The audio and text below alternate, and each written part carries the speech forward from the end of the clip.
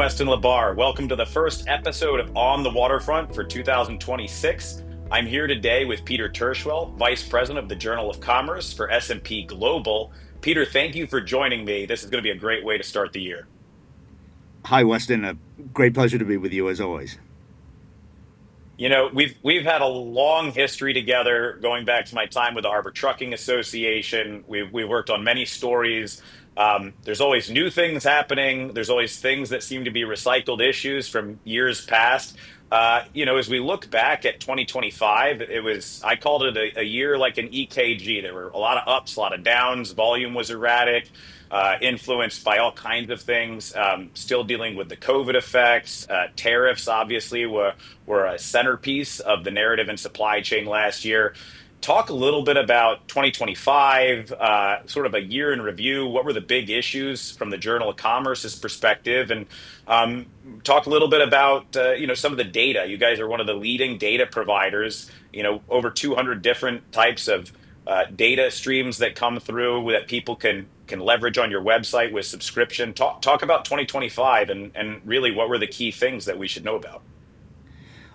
Well, Weston, first of all, it's a great pleasure to be with you, as always. And, I think that last year was, in a way, confirmation, reaffirmation of the very changed world that we live in.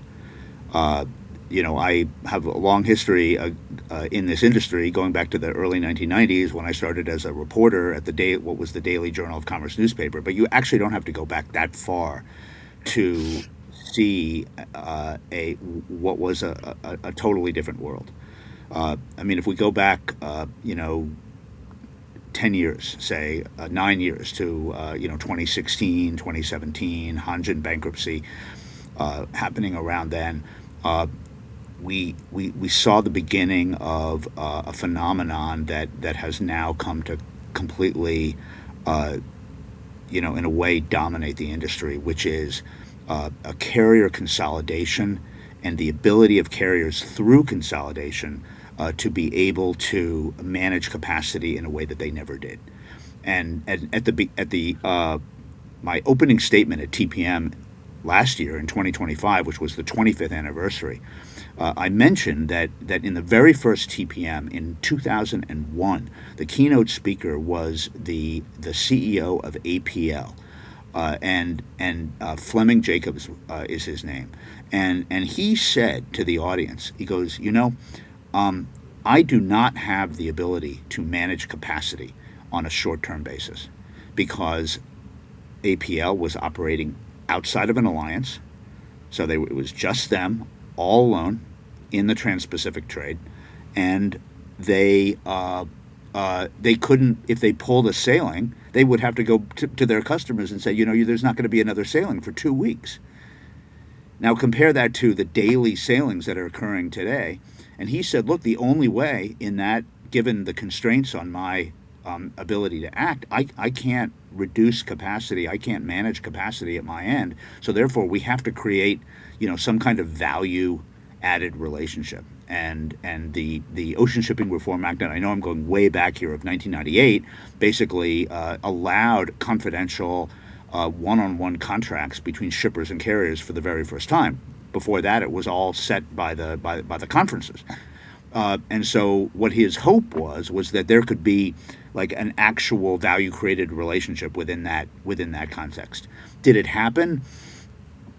No, not really. It never really did. We will see whether within the Maersk, Hapag-Lloyd, Gemini world, that whether their enhanced levels of schedule reliability and ability to integrate logistics services into an overall package, whether that is able to successfully sort of create true value added relationships that the company can get paid for, through some sort of premium pricing in return for actually creating economic value for the customer. So last year, Weston, and I know I'm already didn't take me long before I start droning on. We saw this. Yes, a very, very chaotic environment where you had external geopolitically related shocks coming into the system, on top of ocean carriers' ability to manage capacity. And the reason why those two are connected is that they both amount to the same thing. They both amount to essentially capacity being taken out of the market, whether that's occurring through internal actions by ocean carriers to blank sailings, which they're getting very, very good at, slow steaming, moving ships between services, all of which remove capacity, as well as these external shocks, which have become now a basically an element and an extension or a manifestation, if you will, of this completely altered geopolitical environment that we're in right now, which we read about in the headlines, literally every day. Yeah, it's funny because you bring up sort of the fact that you go back 25 years and the different ocean carriers didn't have a lot of ways to distinguish themselves from one another. And I would say over the last 25 years, you talk about people like different flavors of ice cream, but in that world, you can have vanilla, French vanilla, or vanilla bean, right? They're all different types of vanilla, but usually they're competing on cost. They're competing on with the rates, right? And then there may be other things that they use, whether it's the lanes that they're in, whether it's some of them offer more sustainable options now. I think CMA with their methanol ships, for instance, and their LNG ships, or you think of technology systems. I know O&E and Maersk have invested a lot of money in technology systems, but are you seeing with consolidation potentially that maybe they get away from having to always compete on price and allocation and be able to differentiate themselves? Or do you think that's always, I mean, to a certain extent, that's always going to be part of it. But if you see a market where capacity can be controlled, you should see a leveling out where the only time that rates should really become an issue is somebody wants to race to the bottom. And in any business, they need to be healthy financially to be able to invest in the things that people want. So, I think they're set up for success. Talk about droning on. I'm doing it with my question, but I think they're set up for success in the sense that as you have this dynamic supply chain, you can move ships. It's much harder to move landside assets and landside companies in the way that, especially the US, we have all these smaller organizations that service the shipper. But do you think there's an opportunity where folks can start to have true differentiators between what they offer other than allocation and rate? So it's an excellent question, Weston. Certainly they're trying. So the ocean carriers are moving into the freight forwarders space. It is not just Maersk with their integrator strategy that is going down this road. Costco, OOCL, CMA, CGM, even MSC, which is famously grew up as an ocean carrier, is now Medlog is a every huge part of their business. correct, huge and growing and somewhat asset based rather than non asset based. If there's one sort of distinguishing characteristic of it, but nevertheless, they are going to the customer and they are trying to do end-to-end business with them. So this is in some ways a threat that freight forwarders face, but it is part of the story of the ocean carriers who now back in the 1990s, say mid 1990s, the top 10 carriers controlled only about half of the capacity. Now it's pushing 85%. And so that by itself is a completely different landscape than it used to be, and the game is, or for many of them is that because not only are they consolidated, but also the alliances are quite entrenched, and the alliances used to be sort of arm's length, what they called vessel sharing agreements, VSAs. The difference between an alliance and a VSA is that a VSA was just kind of a somewhat loose assembly. They shared space on each other's ships. Now these are highly coordinated, integrated operating entities, where they are. It's much easier within the alliance the alliance structures for the carriers to manage capacity. And so will there be a fluctuation in rates? Yes, I mean we're seeing that for sure. But it used to be the case that one carrier could literally engage in predatory pricing for the purpose of putting a competitor out of business. And they would do this. I mean, it was and even there are statements from CEOs of bygone days, public statements where they said, I'm going to come after you, and I'm going to engage in predatory pricing for the purpose of putting you out of business. They know that they are not putting each other out of business now. Their balance sheets are flush with cash. Still from COVID, they haven't been able to fully invest all of the windfall of earnings that occurred. The carriers are much bigger. They're much better resourced. So I can't, if I'm one carrier, I can't put you out of business even if I want to.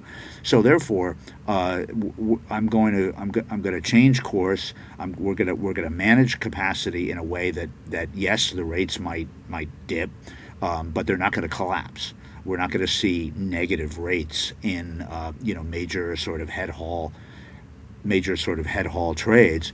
And the problem with this is that for customers, for BCOs, trying to manage your supply chain in this type of environment means constant levels of low schedule reliability, more inventory in the pipeline, a longer lead time between when you place orders and when you're delivering goods. Therefore, your forecasting is going to be undermined as a result of this.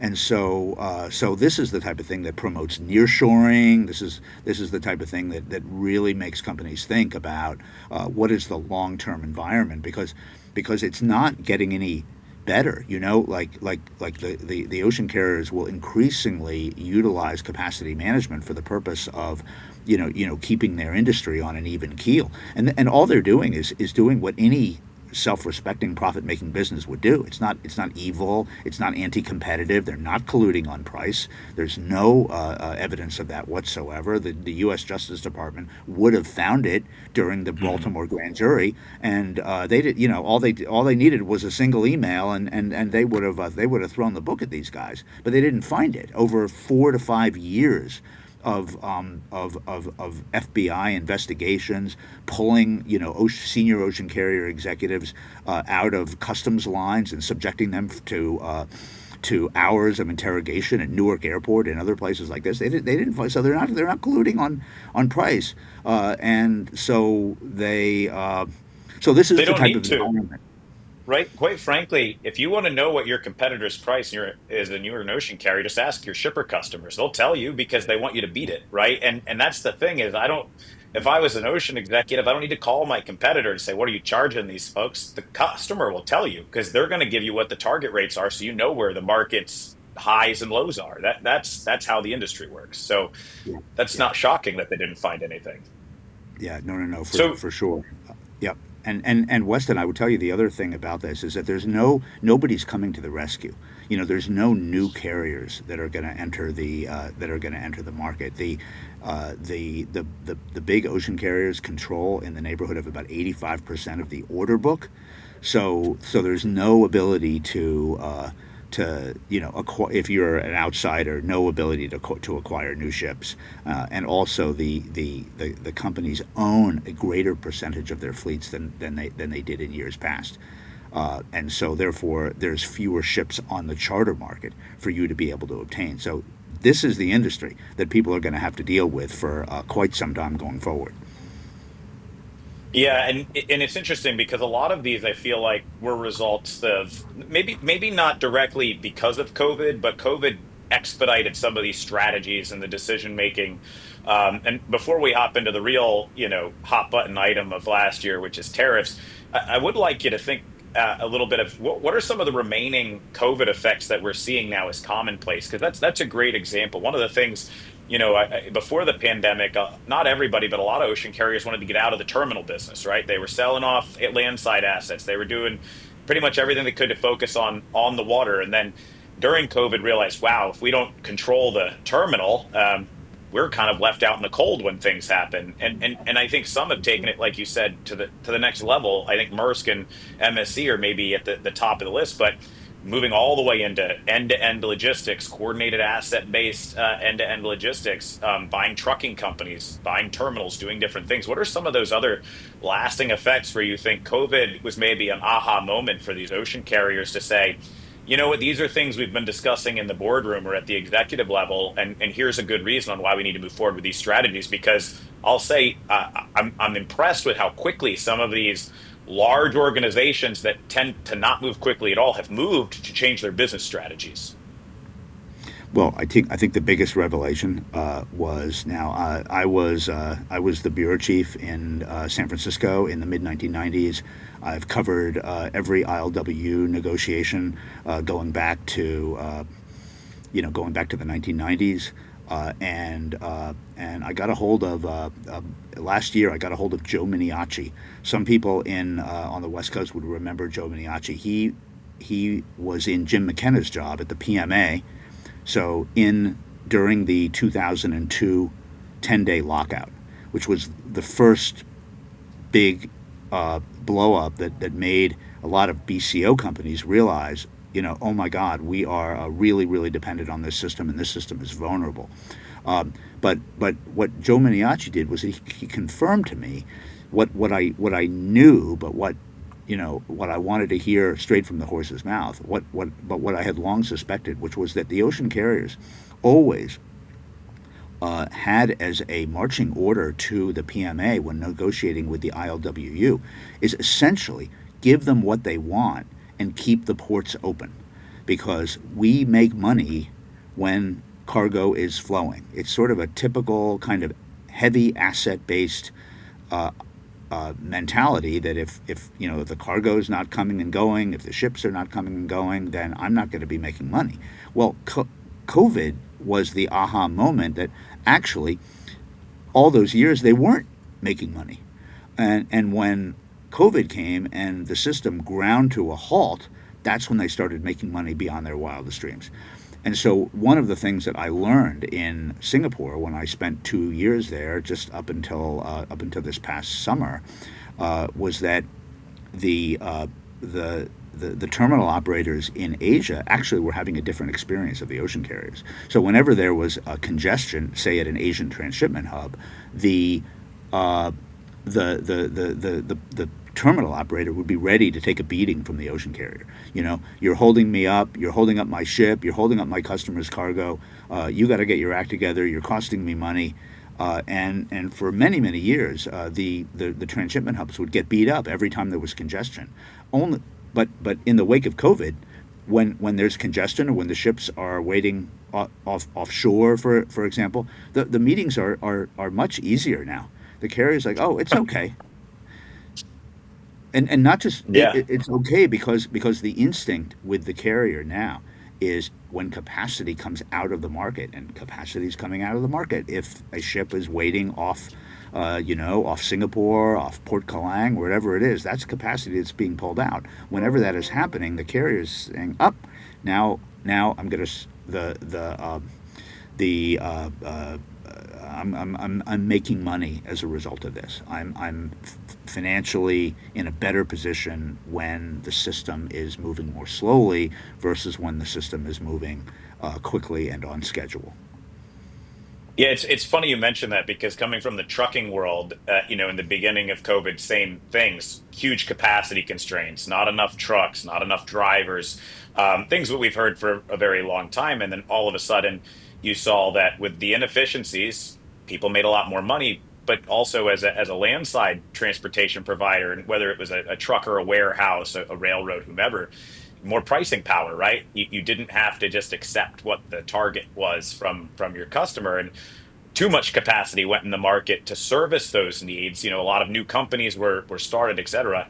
And now what are you seeing? I think finally you're starting to see that the tailwinds of that COVID effect really wearing off. You're seeing bankruptcies of well-established companies. There's a lot that goes into that, but a lot of it is still the lagging COVID effect, which is I have a cost to do things and I can't charge a rate that's commensurate with that. And without talking specifically, I know for a fact that there's rates in the market on the trucking side that are akin to late 90s, early 2000 rates. And we all know that inflation says that the dollar, is probably worth about, you know, 40% what it was back then, right? So you've got a Mhm. lower cost, a higher cost to serve, a lower rate to charge, and a lot of inflation in the middle of it. So it's going to be interesting to see because I think I've been a big component or a proponent, I should say, for a long time of consolidation in the freight industry. I love the entrepreneurial spirit of drayage and trucking, but at the end of the day, nobody's going to make money and nobody's going to be successful if there's so much elasticity that you always have to go to the least common denominator. And I think looking at the ocean carriers, how they've responded is something that it is going to proliferate outward into the land side. It's just easier for, let's say, 8 to 10 really large enterprises to do it than it is. I mean, what you have the data better than I do, but there's hundreds of thousands of different entities that are material that move freight on the land side, and so it's going to be interesting to see. That's probably more for the next part of the conversation. But before we switch to 2026, last thing on 2025, because you can't talk about 2025 without tariffs. And you brought up a few things that I think are interesting that most people don't understand. You just got back from Singapore after 2 years there. A lot of people didn't understand. 2018 tariffs. They moved shop elsewhere, Cambodia, South Korea, Vietnam, different places, friendly nations in Asia where they didn't have tariffs. And then all of a sudden, this last time around, they were seeing massive delays. Not only were the tariffs not focused on China and specific commodities, but more open-ended. You never know who is going to be the target of a tariff, both from a commodities perspective and a country perspective. But what people don't realize is you move out of China to a place like Cambodia. Well, those ships they're dependent on inter-Asia trade. Most of them are going to go to China and get transloaded, or Singapore or Hong Kong, someplace, and then come over on a larger vessel. And when China and the US are at odds, even if you're in a different country, you're probably not getting your freight to the US as quickly as you would hope because what was it? It was like a 1 week period where we didn't see any ships go from China to the US. Well, that holds up trade in the countries where they don't have the tariff restrictions. Can you talk a little bit about that dynamic and then other things, coming out of the tariff impacts that maybe were big eye openers, especially for shippers, because it's not a quick like, oh, I'll do a plus one model. Now you have to really look at your network and who does your ocean carrier call on? Do they have direct services from Vietnam, for instance, to the US, or do you have to go to a place like Singapore or Hong Kong or China? Can you talk a little bit about that network and how that works? I don't think most people understand it. Well, the first thing I would say about the tariffs is that many, many companies have made a judgment call, and that judgment call is that the U.S. China relationship is not going to improve. And despite the fact that there is a lot of there's dialogue going on, there's the possibility of a deal. There's always a possibility of a deal with Trump, and maybe China ends up as a country where there are not huge tariffs associated with it. Many companies are saying no. The overall narrative and the direction of travel between U.S. and China in terms of their political and trading relationship is such that China is becoming too risky. Even though the quality is good, even though the price has been good, even though the relationships with suppliers are very, very long standing, lots of trust, lots of track record, lots of success, lots of money made, all that stuff, it's too risky. And and so therefore you've seen a huge migration of manufacturing out of China. Now, in many cases, it's the Chinese manufacturers themselves who are setting up shop in Southeast Asia. It is the case, as you point out, that there are the line haul vessel calls that you could take advantage of in China are not always available to you. So there's transshipments involved. That means longer transit times, on top of blank sailings, and on top of Mhm. the the sort of environment of low reliability that we're in right now. So it's not easy. Many of them would prefer not to do it. They would prefer that all this geopolitical madness just go away. But there is a realization setting in that these are bigger global developments that are occurring, way bigger than trade. And a lot of C-suites are saying, it's too risky, and so therefore the numbers that we've seen this year, yes, over many years there's been a gradual decline of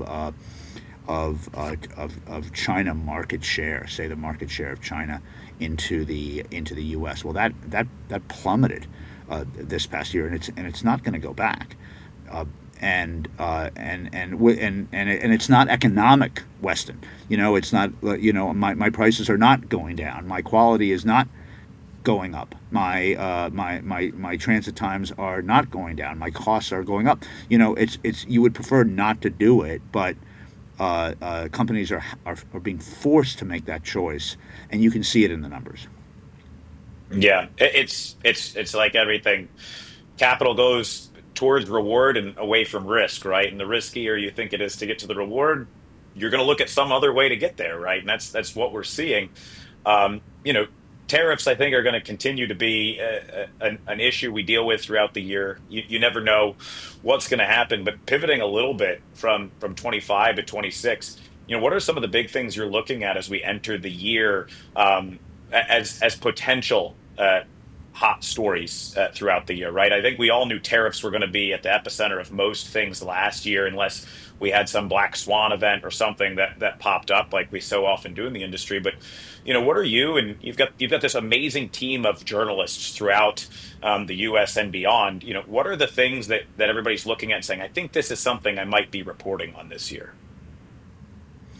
Well, I think, Weston, one of the big areas that we're looking at and is macroeconomics. Now, we're not economic reporters. We're very much in the trenches of supply chains and logistics and container shipping, but uh, we were forced to acknowledge that there will be economic fallout from the tariffs. And even though we may not have seen the full economic fallout, uh, it's likely coming. And so if you look at the TPM keynote speaker this year versus the last 3 years, over the last 3 years, geopolitics was a new phenomenon that the industry had to deal with. The carriers, the BCOs, the forwarders, the ports, over many years, never had to care about geopolitics. Uh, Relationships between countries were for the most part fairly stable, at least the great powers. There was a global consensus around the value of trade, as enshrined in the World Trade Organization and the multilateral framework of rules for trade. And you never had to speak about geopolitics or think about the impact of geopolitics on trade. Well, that changed, and so we had to, in a way, try to support the industry to get a greater handle on geopolitics in terms of its impact on trade. And so that's why we had David Petraeus. General Petraeus was the keynote speaker, followed by Robert Gates, the former defense secretary, followed by John Bolton, former national security advisor, former U.S. delegate to the UN. And this year, it was, our feeling was that now comes the economic consequences of this sort of fracturing of the global consensus on trade as manifested by U.S. tariffs And as a result of that, we've got some great economic speakers coming at TPM. Janet Yellen will be our keynote speaker. She was the former Federal Reserve Board chair, the former Treasury Secretary. She's not going to give a partisan view on Trump as what he's doing. She's going to be talking to us about what the likely economic impact of all these policies is going to be in 2026 and possibly beyond. And the other person who we have who's going to follow Janet Yellen directly on the program is Paul Grunwald. Paul Grunwald is the global chief economist of S&P Global Ratings. So from our parent company, S&P Global is one of the premier ratings agencies, and the global chief economist Paul Grunwald is going to come and speak, and he's going to have a solo speaking role, and we've asked him to talk about the impact on trade from everything from tariffs to the jobs picture to growth to housing to the stock market to interest rates. I mean, take all those factors that we're reading about every day in the Wall Street Journal and other publications and boil that down to what the impact is likely to be on trade volumes, because everybody on the sell side, the carriers, the forwarders, the ports, they want to know what the volumes are going to be. On the buy side, the BCOs also want to know what the volumes are going to be, because too much volume creates disruption in the system. So I need to know what kind of volumes are going to be put through the system, because, as we know, the system can break down, especially when pressure is put on it. So those are a couple of the big themes, certainly, that we're going to be talking about at TPM coming up in about 8 weeks or so. Yeah, and for those of you who don't know, most of my listeners and viewers should know what TPM is, but Trans-Pacific Maritime Conference, March 1 through 4 here in our backyard at Waterfront Logistics in Long Beach, California.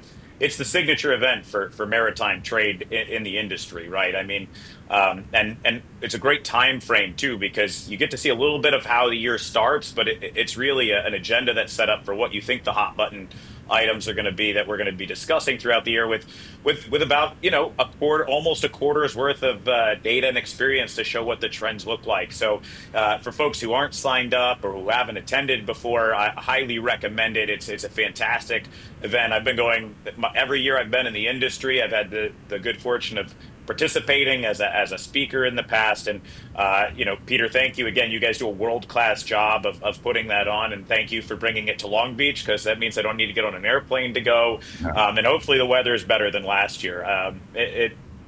Can't predict the weather that far out, but usually Long Beach has some pretty good weather in March. So I think you're bringing up some key points too, and you talked about volume, and it's one of the things that we look at as well, because this past year, not to go backwards again, but the ports of LA Long Beach, for example, reported some record months, and really macro data showed good years, but it was an up and down year, and from a supply chain disruption perspective, it was maybe the hardest one for an operator to deal with, because on one front, especially assets, and more people want assets, right? I mean, people want smarter assets. They want AI-driven methodology for how you operate them. But when you have the asset, you have the control. That's part of the game that we're in. But one of the things that happens when you have these peaks and valleys is that when the peaks happen, you're not built, as somebody once said to me, you don't build your church for Easter Sunday. You build it for how many people you think are going to come throughout the year. And when you have all these massive peaks in relation to a change in policy or a geopolitical situation, like with the Suez Canal we saw last year, changing trade lanes, it distorts your ability to service your customer at their highest demand needs. But then also, when you have the valleys, you have this carrying cost. And this is where a lot of, I think, asset-based trucking companies, especially in California, in the wake of environmental laws that never went into effect, they went and spent capital on things to be ahead of the curve, and it caught them, I think, in a bad spot, and they went out of business in these valleys. But the volume to me is so important, because it's not just about how much did we move throughout the year, but how consistent was it, right? If I have a customer who consistently ships I can dial it in and make sure that there's no disruption to them within a certain degree of success. If it's 100 containers one week and 5 containers the next week and 200 the week after, and it becomes incredibly difficult. And as a trucking company or as a warehouser or whomever, you don't have that same control as maybe an ocean carrier. And I don't know how much you guys have looked at it, but I know Bill Mongaluzzo does an amazing job, for instance, talking about trucking and ports on the West Coast. How have you guys looked into more of that downstream impact of the volatility of the volumes as opposed to just what are the macro numbers? Because I think that's really what's going to be a hot button this year and the more operators that go out of business, the more you're going to see disruptions for folks that work with the operators that are on the short end of the stick, if you will. Well, it was very interesting, Weston, this year how it, or excuse me, in 2025 how it played out because you're absolutely right that L.A. Long Beach saw a few months of record volume, but there was no congestion or disruption associated with it, none that we could tell. The rail dwells went up a little bit, but it was nothing really significant. I mean, I personally attributed that to the fact that goods were flowing. We were not looking at a situation of massive front load. I think it was like a counter narrative to this front loading idea that there was front loading going on in the first half of the year. People were trying to get ahead of tariffs, trying to get goods into the country because of the possibility that tariffs would go up. But if that were the case, you would have seen more disruption at the ports because the warehouses would have backed up. And that was what happened during COVID because when the warehouses backed up, the containers backed up.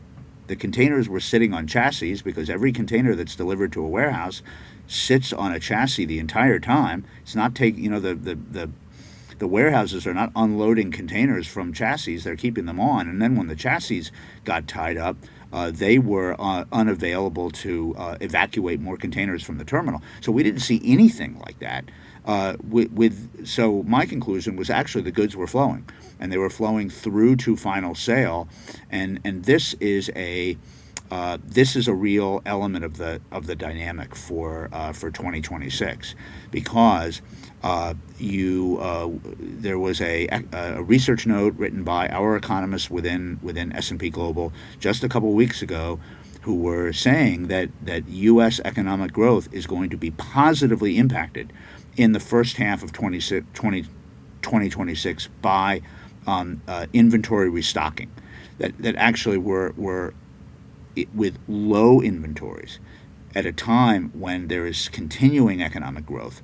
And yes, you have negative indicators such as jobs growth was much slower this year, but the economy is not in recession, and it could be that there is going to be stronger than expected volumes would occur in the first half of this year. I know some ocean carriers that we've talked to in recent weeks are beginning to think that there could be some positive volume momentum that occurs in the first half of the year. We'll obviously see what happens, Weston, but it's not simply a question of massive inventory stocking going on in 2025 now being worked down such that the volumes are going to be really low in 2026.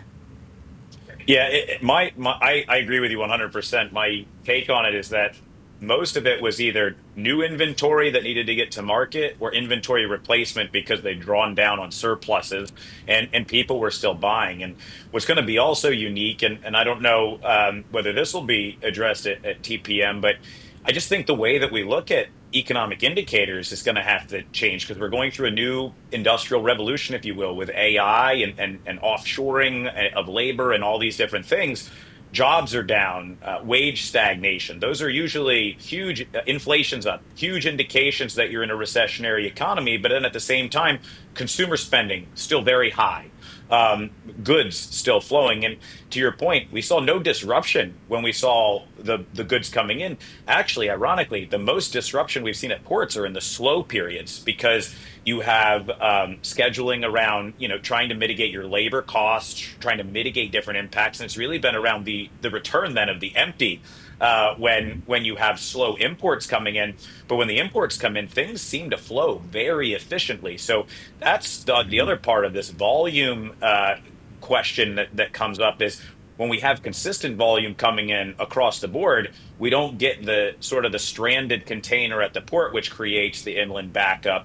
And nobody wants to send a ship over to pick up an empty container that nobody's paying for. So, the more that we have strong import numbers, the more it's going to fuel better results for empty returns and for our nation's exporters, which I know is a huge concern for the White House, for the Department of Commerce, is how do we increase exports from the US? Well, a big part of it is you need to have that one-to-one trade balance of imports coming in to even consider exporters being able to get something to market in an efficient and cost-effective manner. So that's the irony is when ports are slow, we have the issues.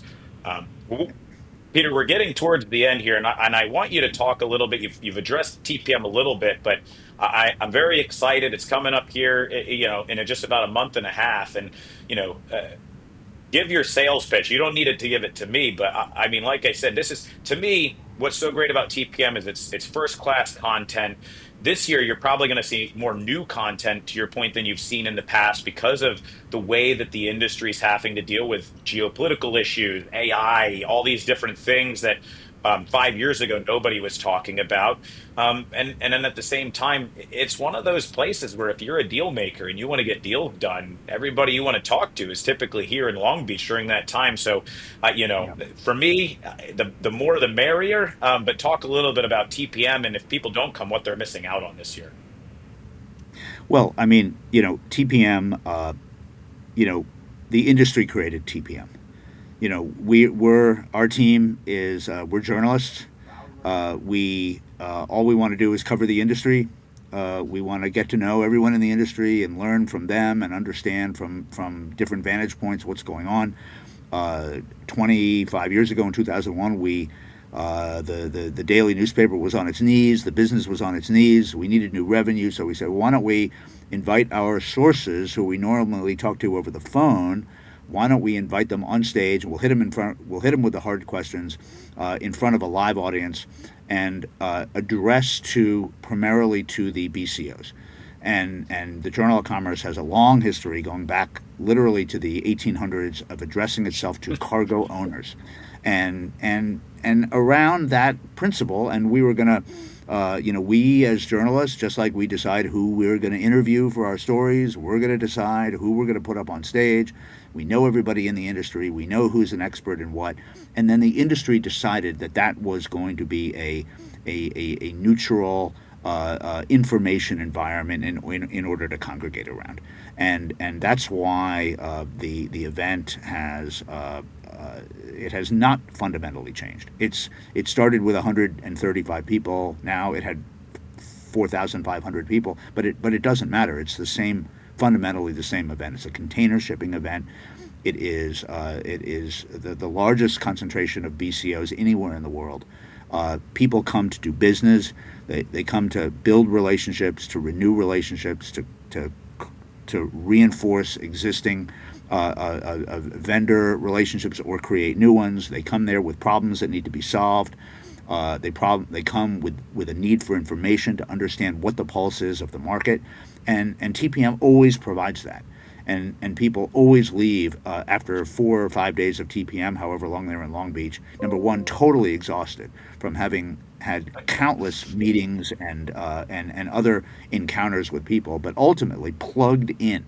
And if there's anything that this sort of phenomenon of TPM has achieved, it's plugging people in and giving them a sure footing, a strong footing on which to be able to execute their year going forward. Yeah, no, and hey, and it's a good time too, right? So there's a lot of reasons to come out to Long Beach in the beginning of March to hear from you, your colleagues, and all of the great resources that you tap into throughout the year for really the direct knowledge and information of what's going on and how people are dealing with the issues at hand. Peter, any final comments for the viewers and the listeners? Not at all. If you're in Long Beach and you come to TPM, it would be great to say hello to you. I'll be around the entire time. It would be a great pleasure to say hello to you at some point, and so I look forward to seeing everyone there. In roughly about 8 weeks' time. And Weston, always a pleasure to see you, and always a pleasure to be with you. And I can't wait to see you in person in a very short time. Likewise, Peter Tirschwell, Vice President of the Journal of Commerce with S&P Global. Peter, thank you for joining us on the very first episode for 2026. I'm Weston LaBar. This has been another episode of On the Waterfront, brought to you by Waterfront Logistics, where we move it like we own it. Until next time.